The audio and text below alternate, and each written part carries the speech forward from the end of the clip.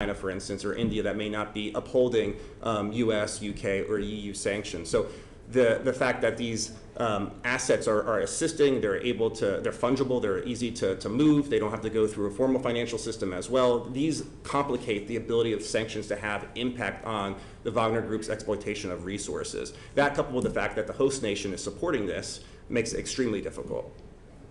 And final question, again very difficult to answer.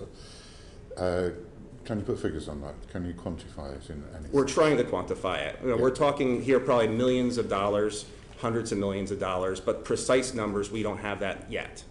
That's what we're digging on through our big data research. Thank you. You're welcome. Mr. McHugh, how strong is the case for prescribing the Wagner Group as a terrorist organisation, in your opinion? I would say very strong, and I think it's technically unchallengeable. So the evidence we've collated, you just take it in relation to Ukraine. You've got close targeting ID that they have been doing, which is in breach of Geneva Convention. You've got assassination attempts against President Zelensky. You've got explosives, threats of chemical and biological weapons on the battlefield, war crimes, promotion of atrocities, of their terrorism, sanction busting for the war machine. But if you need an example to prove anything else, who else but a terrorist would plant explosives around a nuclear facility? It's the exact definition of terrorism. And I've spent 30 years bringing terrorist cases against terrorist organizations. Thank you. Professor Blazakis, you've researched the possible links of the Wagner Group with the Russian imperial movement, which is already designated as a terrorist organization in the United States. Does the Wagner Group's supposed association with the Russian imperial movement make its prescription as a terrorist organization more likely, do you think? I do believe so. Association with known designated terrorist actors increases the opportunities to prescribe or designate an organization as a terrorist entity. In terms of the Terrorism Act from 2000 and how the organization could meet the legal criteria, associations with known terrorist actors would be sufficient. I would just point out that the United Kingdom, as far as I'm aware, has not sanctioned the Russian imperial movement under its 2000 Act. The US government has. So this might be one difficulty in the case for the British government to pursue the prescription, because the Russian imperial movement remains undesignated pursuant to British law. That said, I think I would agree with my co-panelists that the Wagner Group does meet the British legal criteria for prescription. It's an organization that's engaged in wanton acts of violence against non-combatants, and it is not doing those activities, those acts of extremism, solely for profit. They are pushing an agenda, a political agenda that is fitting with the Russian Federation's overarching foreign policy objectives. And just back to you very briefly, Mr. McHugh, if I may. You said at the beginning it was you felt that there was a failure of the international community to act against the Wagner Group and others like them. Why do you think that the UK are reluctant to designate or prescribe the Wagner Group? Well, I think the first issue is that there's a lack of organised international hegemony working together to actually achieve this, because in today's world, it's not about one state doing it, it's about states getting together. And we've seen in this current conflict the strains that have been put on those intergovernmental agencies on how to deal with this. Wagner, have been notorious now for almost a decade. When you consider, I'm in Africa chasing down evidence right now on them, and if you consider what they've done here in all the countries which I'm sure you've covered, it is nothing next to atrocities that it's been, and it's been let to stand. I think one of the problems is they don't quite fit into anything. They do fit into the terrorist definition. That's correct, so they should be designated as that. But whatever the way, there needs to be some way of stigmatizing them and having punishment and restrictions on them. And that's got to start somewhere, and if it started in my country, I'd be very proud of it. And Professor Blazakis, do you have anything to add to that? Any reasons beyond what Mr. McHugh said that why you think that either the UK or anyone hasn't acted in concert to prescribe them? I would say that governments have been reticent to use terrorism designations tools against entities that fit the description of an organization like the Wagner Group in the context of how, for instance, I gave an example in written testimony, the United States has only designated one organization that you could characterize as a paramilitary or private military company, and that was the AUC in Colombia. Historically, terrorist prescriptions in the United Kingdom, New Zealand, Australia, the Five Eyes countries more generally have focused on transnational groups that generally are without links to a nation state. The Wagner's groups links to a nation state in the Russian Federation, in my view, may lead to a level of reticence to use terrorism prescription authorities that Five Eyes countries may possess. Notwithstanding the fact that they probably very easily do meet the legal criteria, I think this would be a precedent in the UK system to designate a PMC or a PMC-like group. And I think precedent is a very difficult line for bureaucrats to cross. I know this from my experience in the executive branch in the US government, that it can lead to a lot of discussion about what those implications could be if we use this tool in a new way. Understood. Thank you. Stuart and then Bob. Thanks, Chair.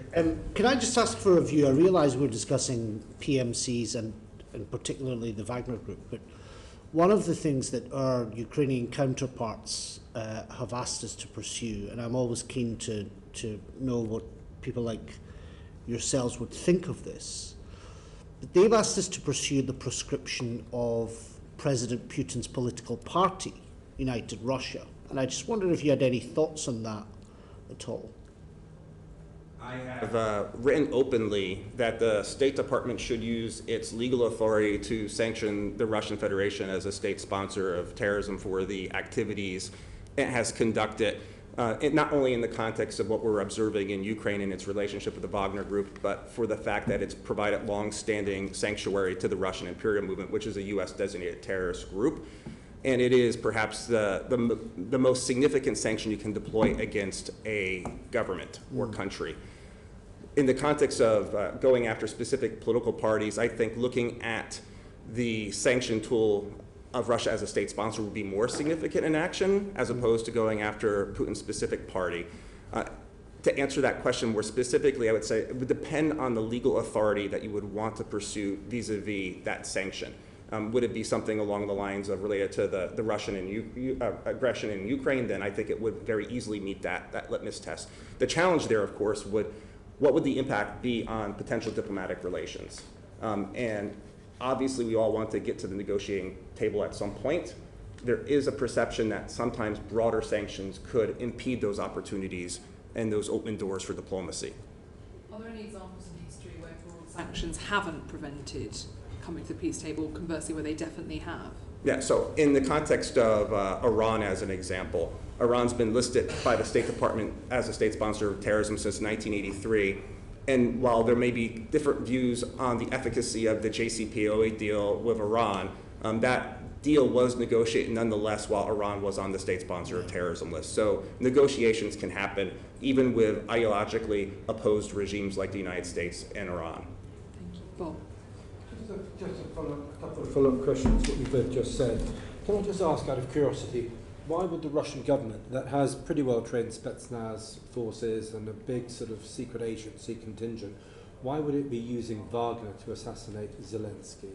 And are you saying it used Wagner and it has never tried to assassinate Zelensky using its own more official channels to do so? I think this is the nub of it, and the use of the PMC in these circumstances by as proxies. It's plausible deniability. Okay. That's what's behind it. That's the problem. That's the nub of it. Putin is using Wagner to, as we've said, not only do the illegal side of its war to push on those front of the war crimes, but also to do its sanction busting. But it's effectively using it to do its illegal foreign policy and economic policy where necessary. And that's the nub of it. Okay.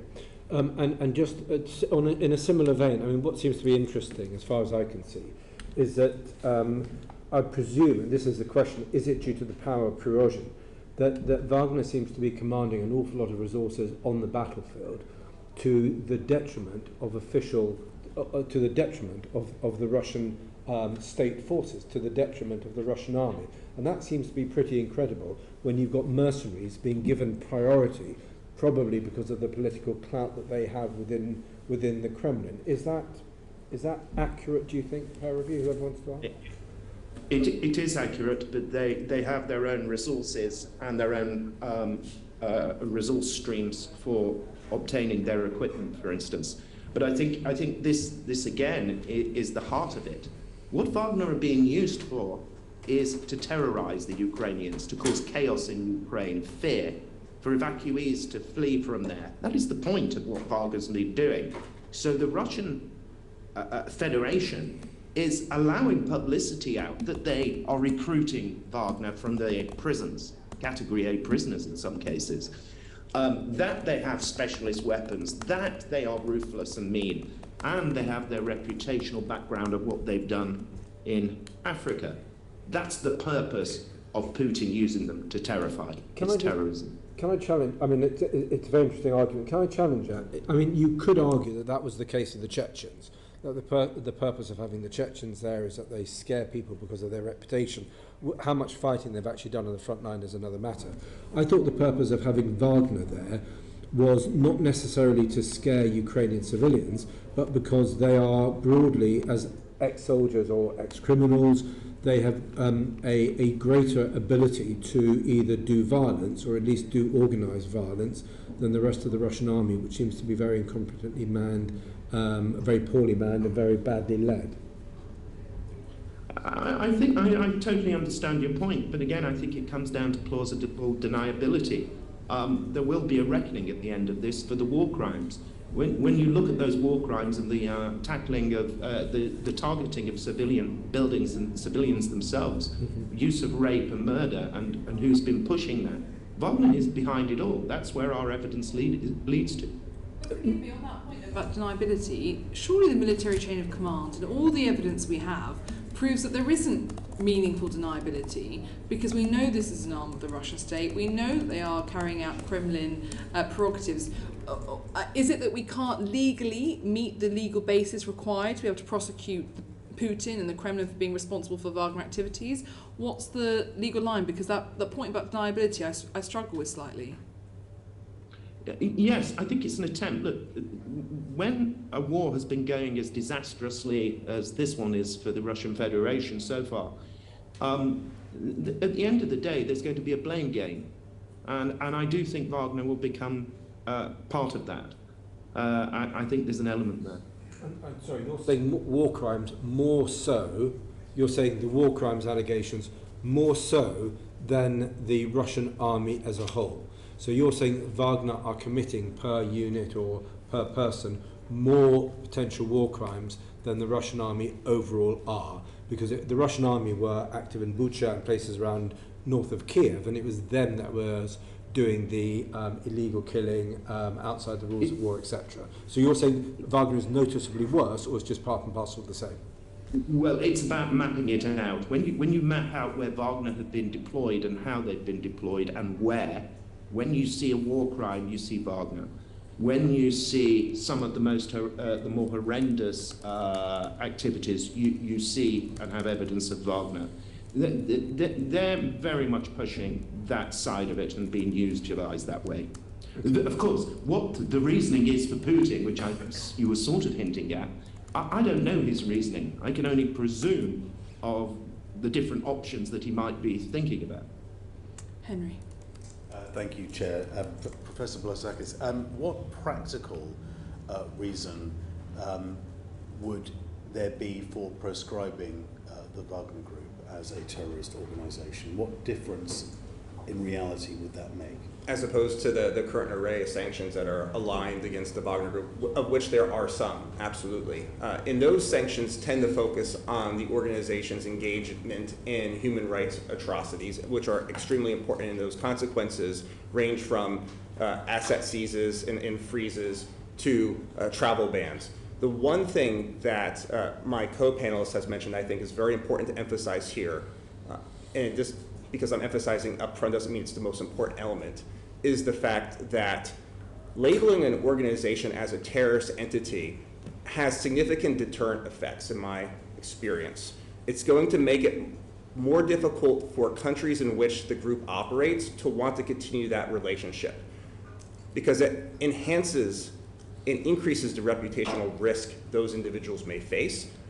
If, say, for instance, the State Department would designate the private military group as an FTO, anybody who provides material support to that organization, even if they're non-US citizens, would be subject to prosecution.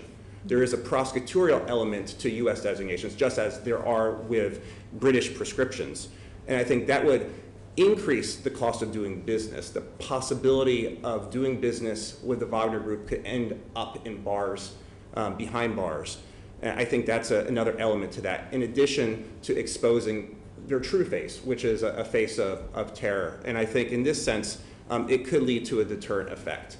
It could lead to individuals within, say, the Central African Republic, Sudan, Libya, other places to perhaps caution themselves in terms of, and there are individuals within their coterie and doing business with the Wagner Group. I do think it could have that effect. Thank you. Mr. McHugh, if the Wagner Group were to be prescribed as a terrorist organisation, how would that assist in terms of pursuing legal cases against them?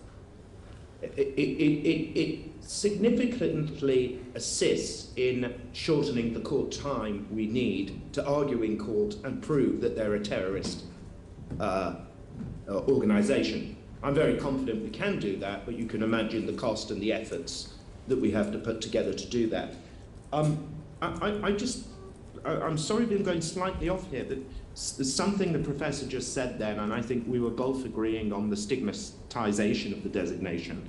There is something else that flows from my experience of dealing with terrorist groups, is that designations and all of this help foster whistleblowers. And one of the things I would say to the committee is that in the UK, we're far behind some other countries in the world, particularly America, which has a very good system on whistleblowers. Our only whistleblower legislation that I know of is in 95 employment legislation. I really think for terrorists and for Wagner in this case, having a whistleblower regime enshrined in statute which will attract people out. People will want to leave Wagner if it's designated, but they need a route out. And, you know, there should be amnesties built into that, protections, confidentiality, you name it. I think that regime goes hand in hand with designation. Yes, please, But Professor. I'll augment that. I think this is an interesting point. In the context of the news cycle, we saw today in New York Times, I think, broke an article that the Wagner Group is actively trying to recruit individuals who were trained by the US government in Afghanistan, members of special forces.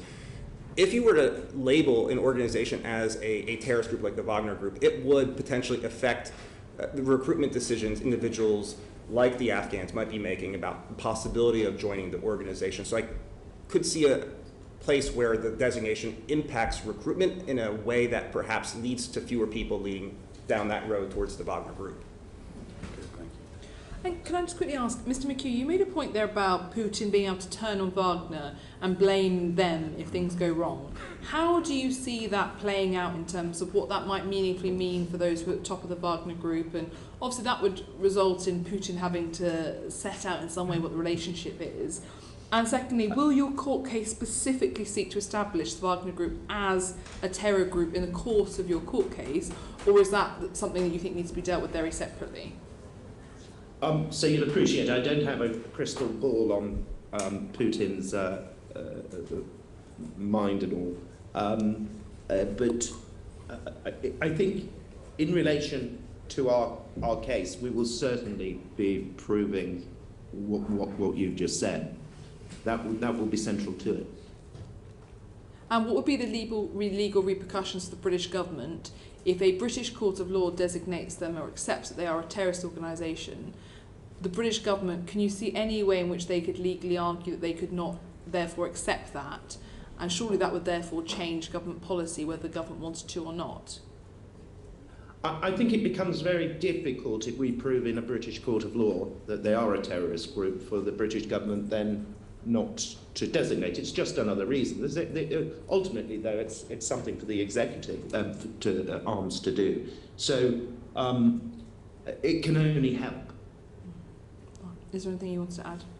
I'll just say, just from my own personal experience in the executive branch, working at the State Department, our foreign ministry, and the U.S. government, that there is a perception that if courts or lawmakers in the United States, U.S. Congress make a determination to try to pursue a bill to designate an organization, the executive branch tends to be upset by that. And the fact that they are upset really gets to the point of what they see as flexibility, having maximum flexibility in a context of using tools at the appropriate time in which they see it affecting a national security challenge. Sure. So I would only presume that the FCO would probably have some angst about a court determination, perhaps usurping authorities that may exist that the Home Office, for instance, or the FCO could deploy vis-a-vis the Wagner Group. Thank you. Bob? Is that the only risk, do you think, of prescription? In terms of prescription, the risks would include the inability to select the timing. If it was a timing and judgment made by somebody outside of the normal decision-making process, so the flexibility, it would box in potentially governments into perhaps having to listen a little harder to Zelensky's calls to label Russia a state sponsor of terrorism. If you were to say, for instance, to prescribe the Wagner Group, and it's only one step from then an easier step to sanctioning the entire Russian Federation as a state sponsor. So that could limit diplomatic flexibility from the perspective of the executive branch as well. It could lead to the organization becoming more secretive in the way it carries out its activities overseas. If it were to be labeled a terrorist group, making it more difficult, and it's already difficult to track the finances of the organization. If it were to be labeled a terrorist group, it could go underground like we've seen with other terrorist groups. Once they've been designated, they move to other informal mechanisms to move finance. These are some of the risks that would be attached to any terrorist designation. Terrorist has a definition, doesn't it? And you can say what they're doing in Ukraine breaks all sorts of Geneva Conventions, breaks all sorts of laws of armed conflict, but that doesn't necessarily make it a terrorist group. And I'm wondering if the terrorist group designation is more to do with an emotional response, and I'm probably going to get pushback from both of you on this, is more to do with an emotional response rather than a factual response to what they are doing. Yes, that they bring terror, but you can say that Putin does that every time he drops bombs on electricity supply and water supply in and around Kiev, Kharkiv, and half a dozen other cities. But we're not calling him a terrorist, are we? So if I could just interject on that, in terms of how I think about terrorism, decisions made by the Home Office or the State Department would have to follow the legal tenets that underline the designation authorities. And I, my 10.5 years of working on that portfolio directly, I do think the Wagner Group would make, for instance, the U.S. criteria, and looking at the British criteria, I think they would beat that criteria as well. For me, when I think of terrorism, so why? In which bits of that criteria? Yes, absolutely. What they are doing is carrying out premeditated acts of political violence against non-combatants with an objective of creating fear in a larger audience, not just the audience in which they're directing their violence against directly, but trying to create that atmosphere of fear, and that is the quintessential definition of terrorism academically. In Ukraine, are we talking about Libya, and are we talking I'm talking about Libya, Mozambique, Sudan, CAR, including Ukraine, and particularly the relationship with a terrorist group like the Russian imperial movement also brings into that question through that relation. And this isn't just very sloppy soldiering, to put it in a very sloppy way. It's not just sloppy soldiering or soldiering with just stupid random violence, ill discipline. It is something more systematically geared to terror. Yes. You're convinced of that? I am convinced of that. Okay, and Mr. McCabe is also convinced of that, is he? We are. Our evidence shows that they're utilising violence and illegality for political gain. That is the definition of terrorism. Okay, thank you. In which case we're going to bring this session to a close. Thank you both for compelling and forensic evidence. I'm sure we couldn't possibly wish you success in your legal endeavours, but we will be following it very closely. I'm now going to suspend the sitting. Order. Thank you both ever so much. Before we lose you, Mr. Q, good luck. I know for one. The proceeding is currently suspended.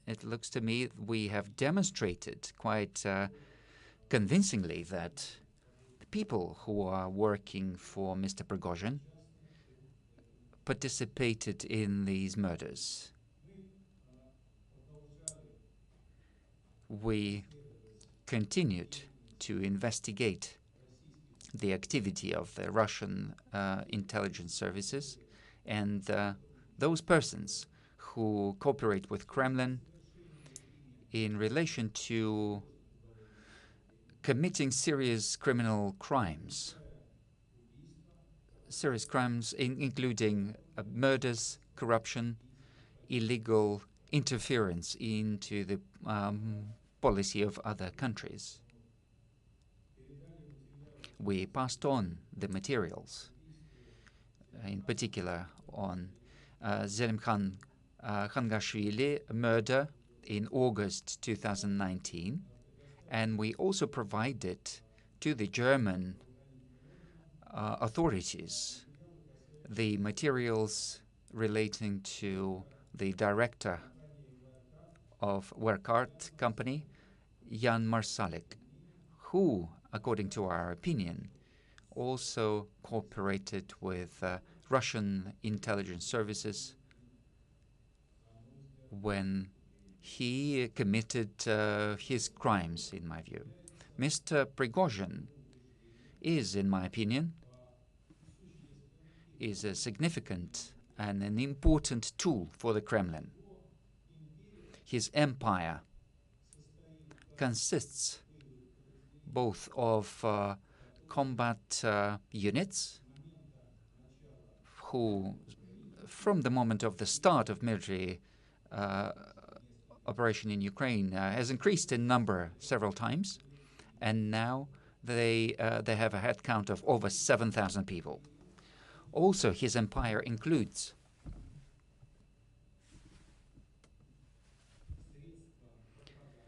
means of propaganda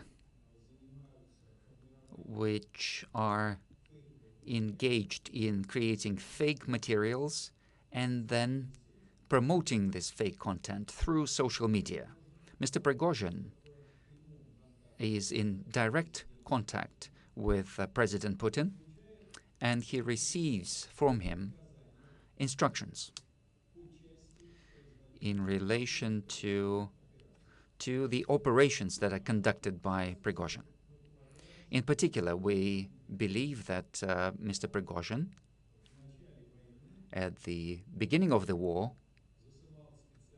sent special teams with the aim to kill Mr.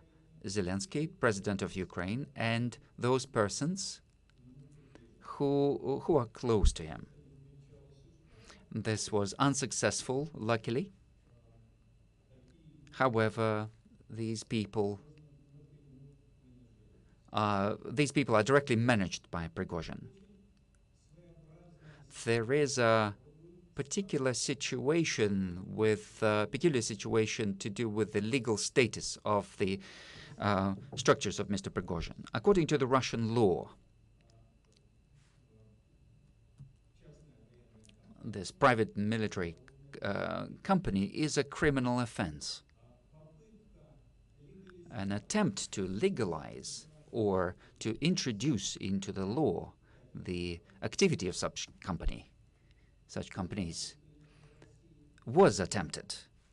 However, in Russia, Mr. Prigozhin acted against this initiative because the current legal status, first of all, allows him not to be regulated by the Ministry of Defense or any other state authority. And secondly, people who work for him are criminals according to the Russian law, and therefore they are in serious dependence on him. That's why this status, he is quite happy with this current status. And now the groups of Mr. Prigozhin, apart from taking part in military action in Ukraine, are also taking part in special operations in Africa.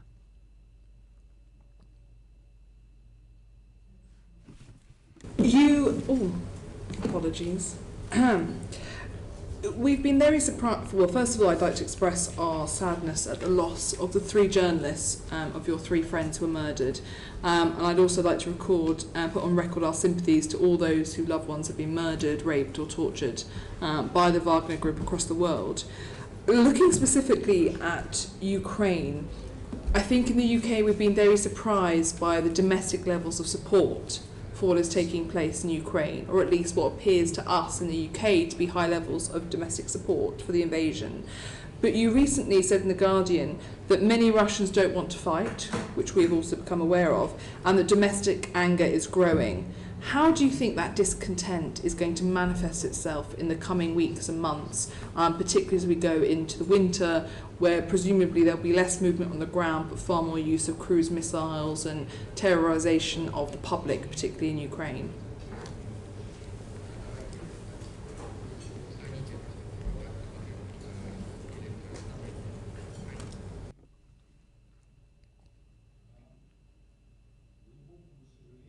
To my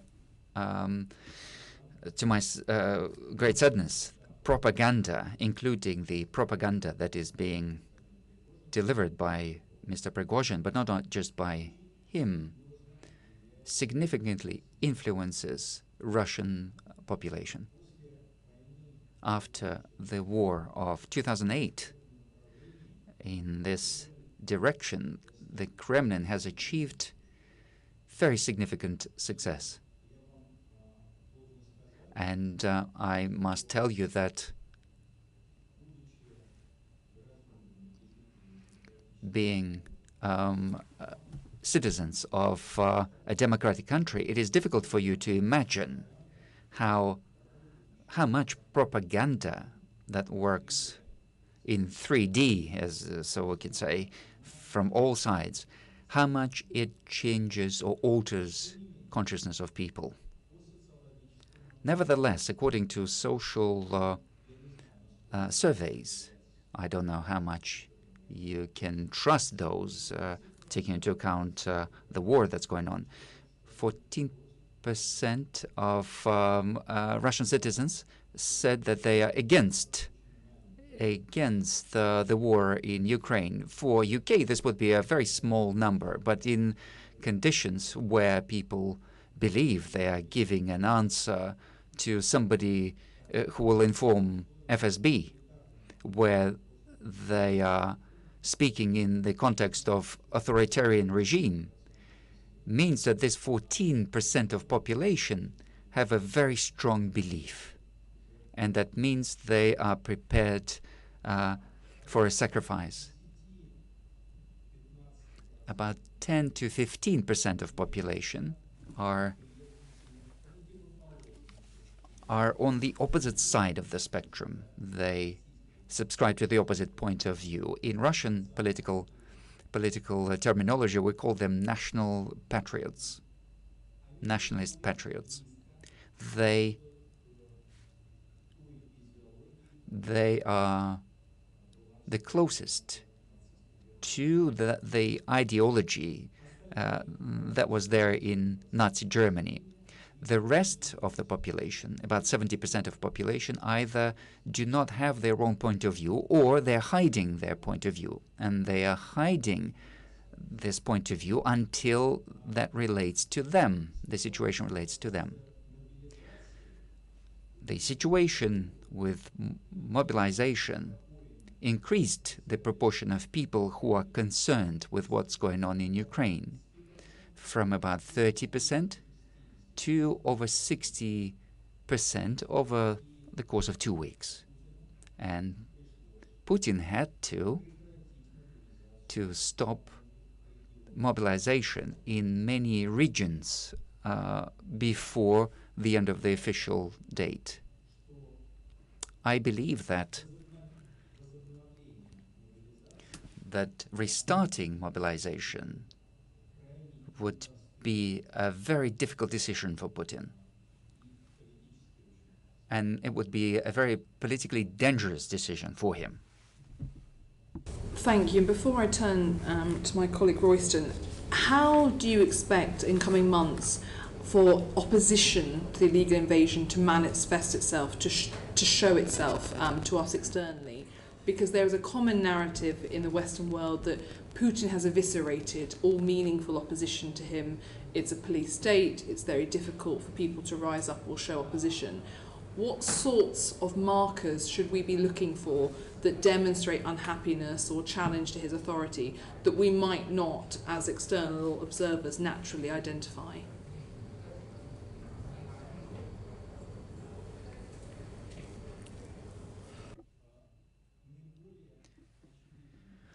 The most obvious marker of discontent would be immigration.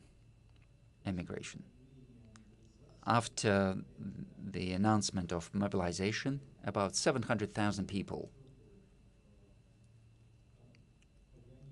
taking the customs figures of the neighboring countries, left Russia. You need to understand that this is a serious blow for the Putin's defense industry and generally for the economy of Russia. It could be that this blow is a much more significant blow than any other sanction. At the same time, these people allow the countries that open the doors to them to gain significant economic benefit, because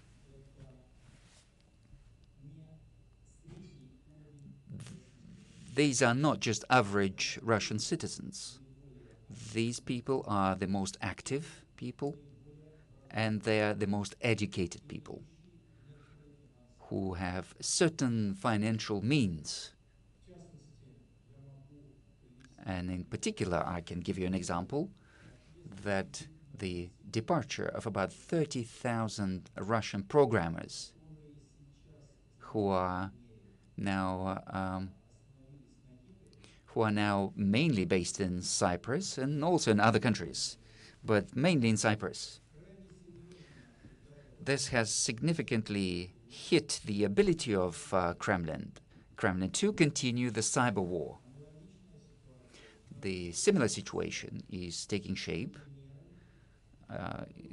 to do with engineers who are there to resolve the problems of reproduction of high-precision weapons.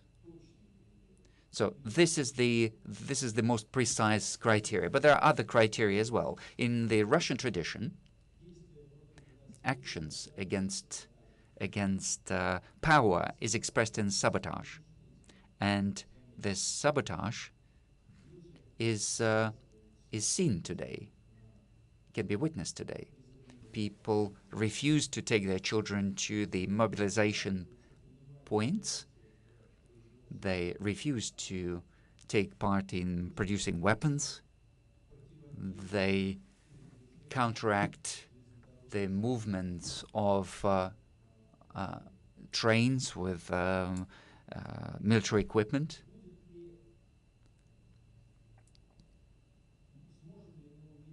Whether we will see mass demonstrations and mass protests in the streets, I'm not so sure of.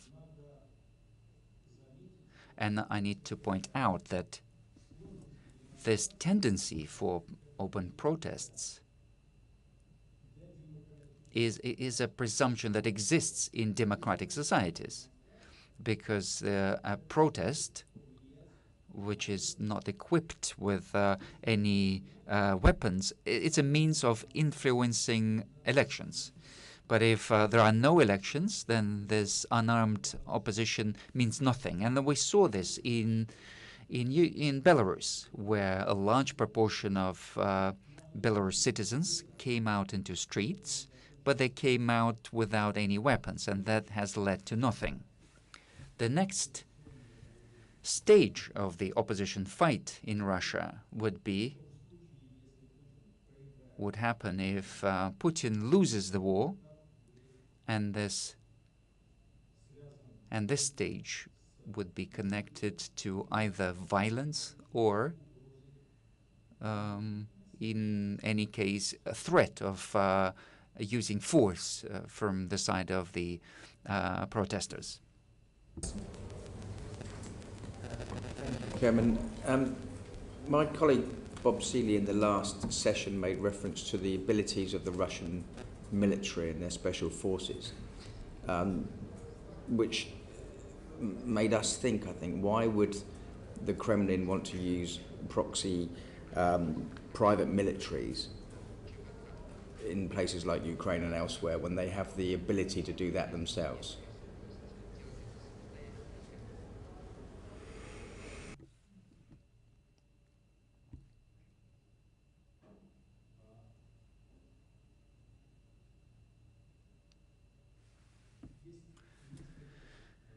There are several reasons. The simplest, is to do with the fact that Putin psychologically has a tendency for special operations and for apparent external semblance to legality. And you can see this in his statements, public statements. He always lies. And you would think, why would he lie? Because he believes that if he is not saying something openly, and if it cannot be proven, then it somehow does not exist. From this point of view, it is very comfortable for him to have proxy units, and the largest amongst them is Wagner, but there are some others as well, where he can state that it wasn't me. And I'll give you an example. Well-known events in Syria where Wagner attempted to attack oil refinery, which was under the protection of American units. According to various estimates, around from several dozens to around 300 Wagner fighters were killed. We know that Americans did contact the Ministry of Defense using the channels of communication, and they did ask whether these were Russian units who were approaching the refinery. And twice they received a negative reply. And Putin still has not recognized the participation of these, in essence, Russian forces in this catastrophic operation. For this is for him, that's very comfortable. The second thing, and that is a much more unexpected point, as you were able to witness using the example of the attempted murder of Mr. Skripal here in the UK. Units of the GRU are not highly qualified.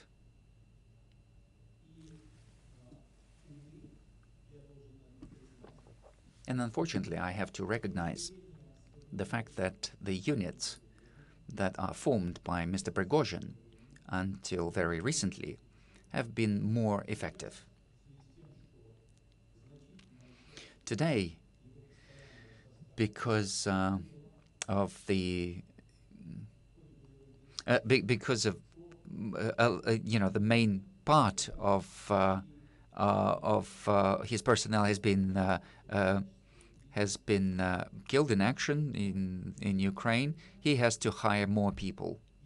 And I'm sure that the general qualification of these people would be lower.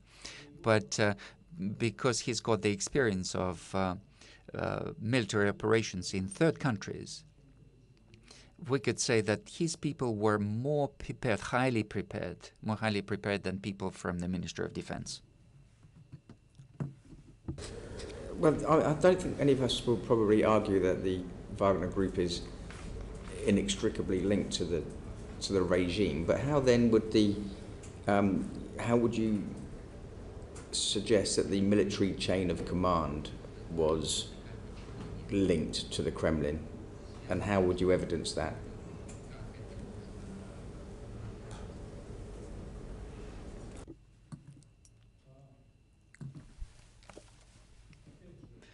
Again, I have to refer to the particular features of dictatorial regimes. The main political currency in such regimes as Putin's regime is, as we say, access to the body. In other words, opportunity for one person or another to meet Mr. Putin personally. People who have direct access to the dictator in terms of their status, irrespective of their formal position, are higher than those who are not able to meet the dictator personally. That's why the influence of Mr. Prigozhin is approximately equal to the influence of Mr. Shoigu, Minister of Defense of Russia, or Mr. Lavrov, Foreign Minister of Russia. And the currency is the only currency. So the number of available meetings with the dictator. And for Mr. Prigozhin, he's got a lot of that currency, a lot of personal meetings with Putin. And in terms of the influence of Mr. Prigozhin, what can persuade you is what's published in the Russian, or what's been published by the Russian bloggers. Most likely that according to maybe Mr. Prigozhin's instructions, his recordings of his meetings in the prisons, in Russian prisons, with criminals that are serving their sentence. The possibility to recruit from prisons into his military units, irrespective of the gravity of crimes that they committed, that possibility to liberate these people means that Mr. Prigozhin has signed blank decrees of the presidents on pardon of these people. And this is a very high level of interaction with power. This is a very high level of influence. This has a criminal nature because what is being done is not in any way in accordance with the letter of the law and also with the spirit of the law. This is just not provided for in the Russian law. Nevertheless, he is doing it. He is doing it publicly, and nobody can put anything against it. So this is a legally acting gang that acts with violation of the Russian law. And the only boss of this gang is personally Mr. Putin, President Putin. Thank you, Chair. That's quite a statement that you've just said, that the power of Wagner is on a par with the foreign minister or the defense minister within the Kremlin. Therefore, what, if anything, do you think would make the Kremlin stop using groups like Wagner?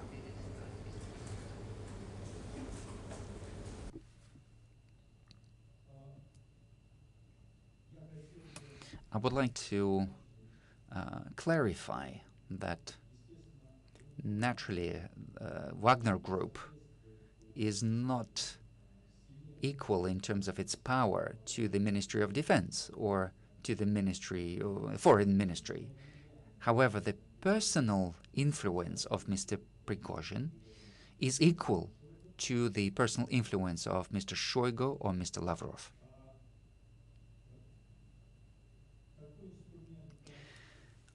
Such instrument as Wagner Group,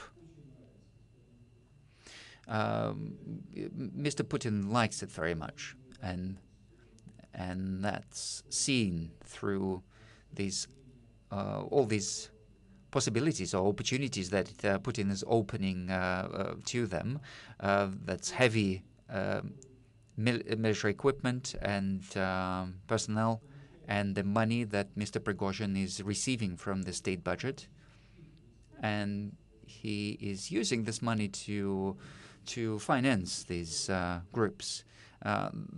These are large amounts of money, hundreds of millions of dollars. And the criteria here is only one, as it looks to me. It's loyalty. Wagner Group is a very dangerous weapon, as dangerous as Kadyrov's group. However, loyalty here is only important in relation to Putin. Conflict of this group with the Ministry of Defense, with Mr. Shoigu, which we witness all the time, is not something that will force him to stop the activity of Wagner Group. Following on, you mentioned earlier on the heavy influence of the state in terms of how the Russian public receive information, and yet despite that opposition, what is the opinion of the Russian public towards the Wagner Group? How much awareness is there of what the Wagner Group is doing and the level of its involvement in terms of Russian foreign and military policy, or Kremlin foreign and military policy?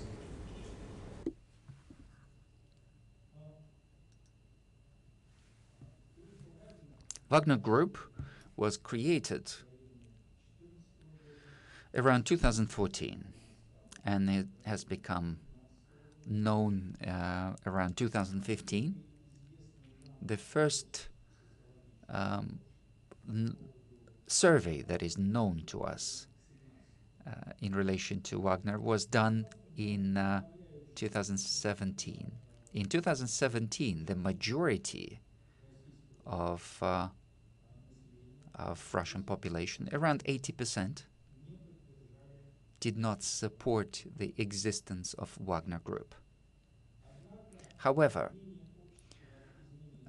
public opinion has changed after the start of the conflict in Ukraine. Mr. Prigozhin expressed it through words that have become quite public. He said either them, he talked about his combatants, or your children. And this is what's in the mind of the people. Today, according to the surveys that are being conducted by different social survey companies, they're not that independent, but nevertheless, about 90% of population supports the existence of Wagner Group. So the situation has changed because people believe that the alternative to this would be the conscripts.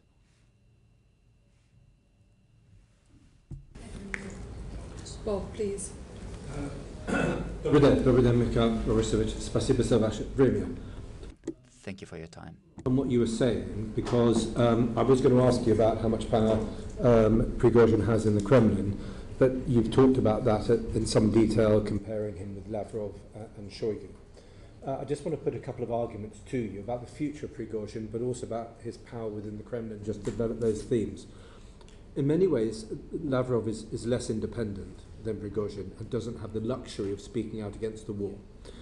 And Shoigu has become increasingly discredited because the Russian army has so badly underperformed and now becomes second to Wagner in material, etc. So I would have thought there's an argument that says that Prigozhin has potentially got more power than these other actors, provided he stays within the bounds of supporting the president. So he can attack the war effort as long as he doesn't attack Putin personally. I mean, do you think that his star is still rising and Lavrov and Shoigu are now declining?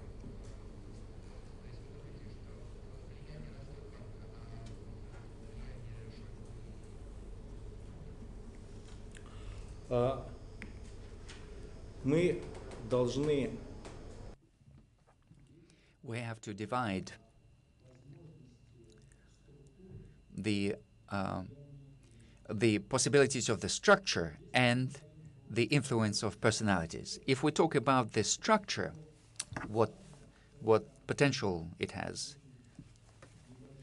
Wagner is a relatively small group compared to the potential of the Ministry of Defense. It's not even a division. The supply, the artillery and air support is done by the Ministry of Defense. So as a military unit, they are not significant. However, from the point of view of political influence, as is expressed in terms of influence on Mr. Putin, it's a different situation. And a lot of people are convinced that, and myself included, that appointment of Mr. Surovikin, who is the head of the all-military group conducting the war in Ukraine, and an appointment of one of his subordinates. This was lobbied by the group Prigozhin, Kadyrov, and Zolotov, either directly or through proxies. This is an important element, because if this is true, and if these people are loyal to this group, then this is a significant fighting power. They do not have significant potential in terms of internal politics while Putin is in power. However, if Putin loses the war, or if he loses his position in any other way, this group will be very significant. And the vector of its activity would be clear. They would be moving in the direction of continuing the war. Because these people, with a difference to everyone else, have political influence.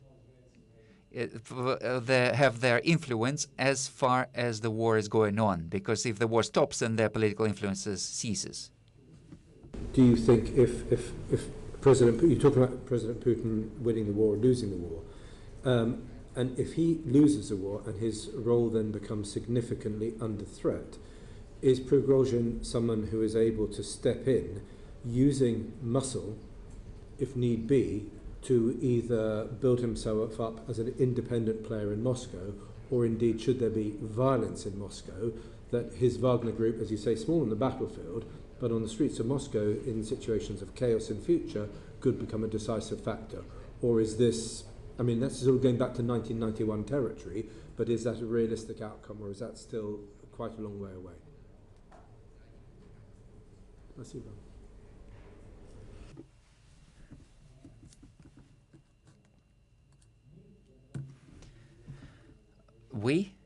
I'm talking about Russian opposition, believe that Wagner Group, of course it's a very nominal kind of name, they could play a significant role with any outcome of the war, because using this group as a force by Putin would be considered as an opportunity to not recognize his own participation in the situation. I think that this group will be used not just in Africa, but also in Europe. As far as Moscow is concerned, again, yes, indeed, this is one of the dangers to them, especially taking into account the marked interaction with Mr. Kadyrov, who is the head of Chechnya, who has his own military groups, which are formally part of National Guard, but in actual fact, they directly are commanded by Mr. Kadyrov, several thousand people, and also National Guard, Zolotov, who is also part of this group, and they've got about 300,000 men, and this is a significant force. Of course, they cannot be assembled at one place. However, they can be engaged. It's not obvious that there would be a monolith group, a coherent group. And there are two factors to do with this. First factor is that Wagner Group has increased in its size. It's increased in its size. And the opposite factor, Wagner Group today has lost a significant part of its professional men. So people who are fighting there are not loyal personally to Prigozhin and to other commanders, as it used to be, as the case used to be. So it's a precarious situation, but it's not a terrible situation. What are the prospects, do you think, of holding Mr. Prigozhin himself responsible for his own activities in relation to the Wagner Group and what the Wagner Group has been doing either in Africa or in the Ukraine war?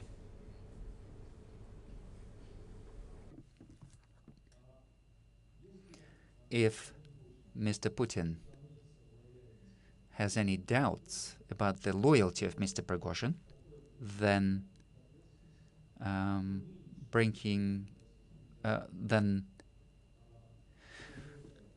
persecuting him according to law would be very likely.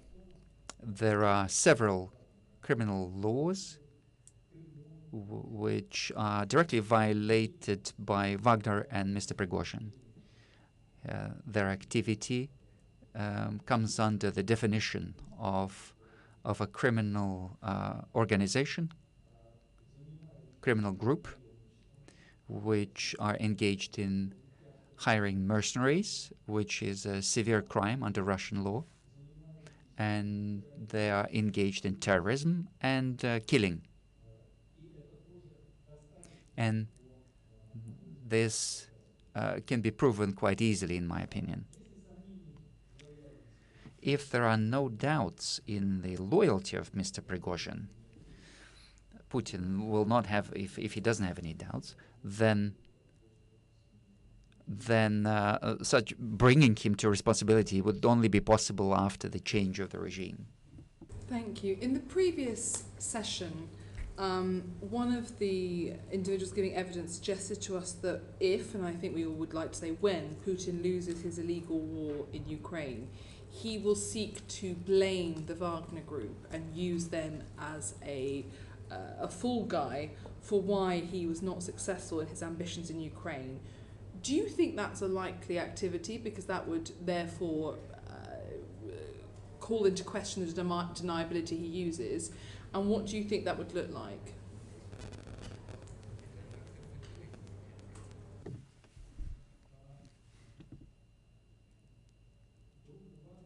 Wagner Group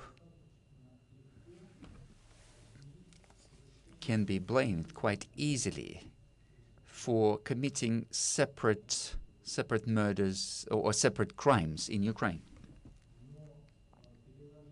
However, placing responsibility on them for the unsuccessful operation. I don't think it would be swallowed very easily, even by the Russian society. The fact that about 150 to 200,000 men were involved in the operation, and Wagner Group, around 7,000 men, doesn't sound serious. And there's a certain public consensus on this, that the person to blame is Mr. Shoigu. There is one reason why I would also place responsibility on Mr. Shoigu, and I've known him for 30 years. It's because he was one of the two people who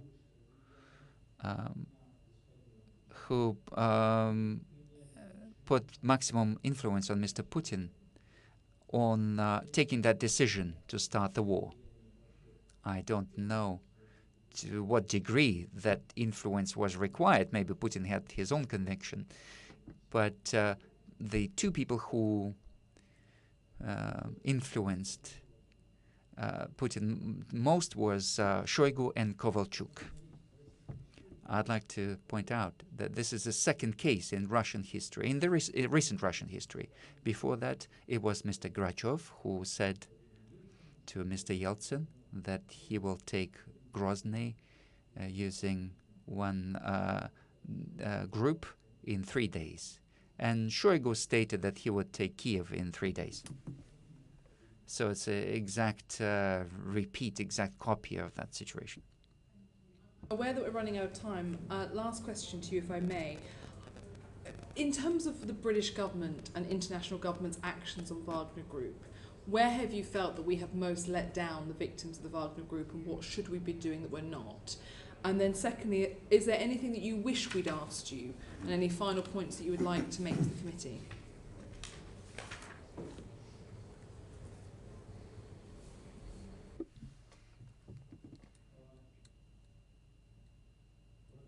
First of all, I think that what Wagner Group was doing in Africa, in essence, they were preparing and training of combat groups, the military reconnaissance and sabotage groups. It should have raised great concern and great response at that time. I don't know how much the government of UK, France, or United States at fault, but we were trying to raise this issue from 2018. I can't say we were very successful, but we managed to achieve a situation where Mr. Prigozhin was perceived as a danger in the United States, but not from the point of view of the actions of his military groups, but from the point of view of his propaganda people. In my opinion, this was a great underestimation of the enemy. Another nuance that I wanted to point out, I understand that today the greatest compassion should go to Ukrainians, and Ukrainians who are forced to leave Ukraine. However, in my opinion, we should not forget those Russians who, by refusing to participate in the mobilization, are leaving Russia. I would like to emphasize again, for two reasons at least, apart from general humanitarian concerns. First of all, this is a very significant blow against the ability of Mr. Putin to support a technological competency. Secondly, it's the opportunity for a number of countries, including the UK, to use the desire of these people and the ability of these people to create new technologies, new businesses, and give them this opportunity. And give them this opportunity to do this in freedom. I would like to remind you that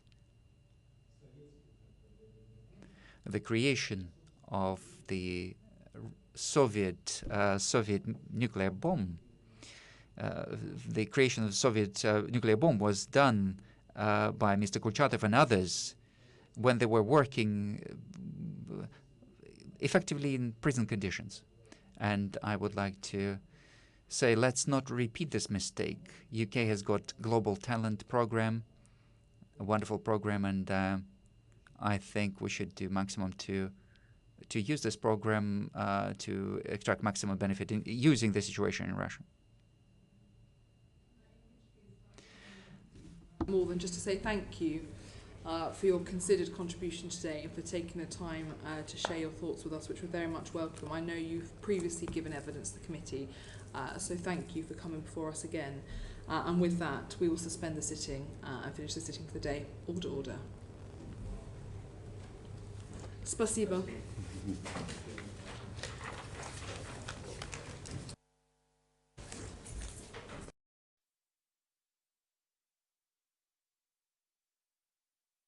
The proceeding has ended.